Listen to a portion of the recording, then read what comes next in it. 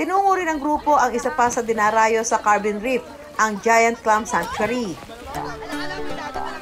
Dito, malaya mong masisisid ang naglalakihang mga taklobo na inaalagaan at pinararami ng mga sagay noon.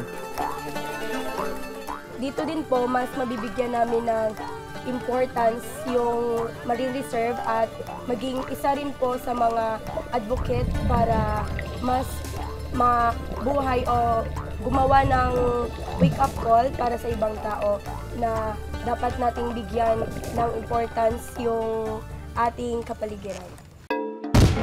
Kaunting trivia muna mga ka-wonder. Alam nyo ba na bukod sa mga taklobo na isang uri ng shellfish, marami ring mga sigay o cowrie shell ang matatagpuan sa kanilang dalampasigan. At dahil daw nagsilbi ng pagkakakilanlan noon ng kanilang lugar ang mga sigay, dito rin nila hinango ang pangalan ng kanilang lugar na Sagay. Sa kasalukuyan, hindi na nga lang daw mga sigay at taklobo ang makikita sa buong Sagay. Sagana rin kasi ang lugar nila sa iba pang uri ng shellfish tulad ng sikat-sikat, takap-takap at binga.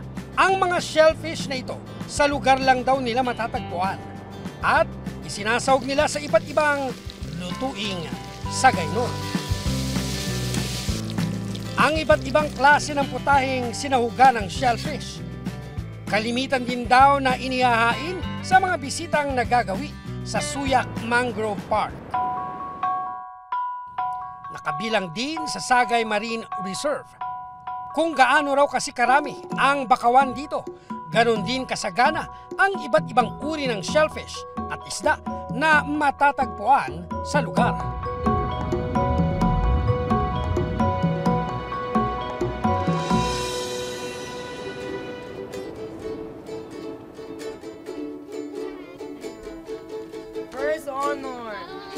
Kaya naman ang grupo, ito ang sunod na dinayo. First time makapamasyal ng grupo rito. Kaya naman namangha sila sa mainit na pagtanggap ng mga suyak noon.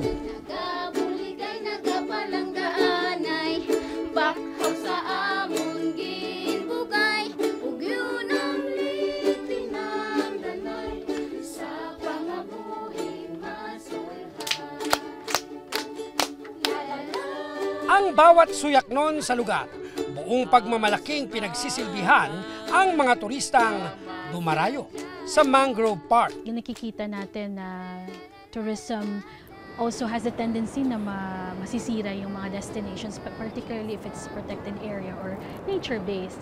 So, nadidisplace yung community, yung environment nasisira. So, eto, ang Mangrove Eco Park, it was set in place to provide alternative livelihood for the community. At the same time, empowering our community to become champion of the environment.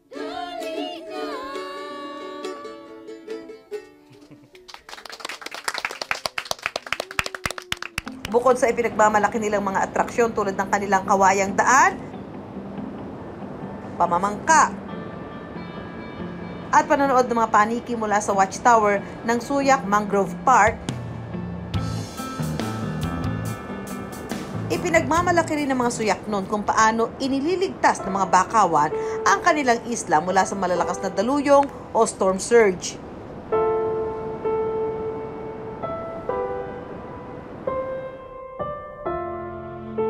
Kwento sa amin ni Noli na isang suyak noon, kung hindi raw dahil sa mga bakawan, marahil nabura na sa mapa ang buong isla ng Suyak noong kasagsagan ng bagyong Yolanda. Ang point po yun ng natulungan kami ng mangrove kasi hindi kami naabulis pagdating niya. Napipigilan yung lakas niya. Kasi po kapag walang mangrove, siguro itong mga bahay namin, kami po nakatira dito, siguro sa aking paningin, ubos kami lahat. Siguro mawalis kami, parang ganun. Kaya naman bilang pagtanaw ng utang na loob, ang kanilang naging layunin ang masigurong hindi maaabuso ni numan ang mga bakawan na siyang tanging dahilan kung bakit magpasa hanggang ngayon nananatili silang buhay.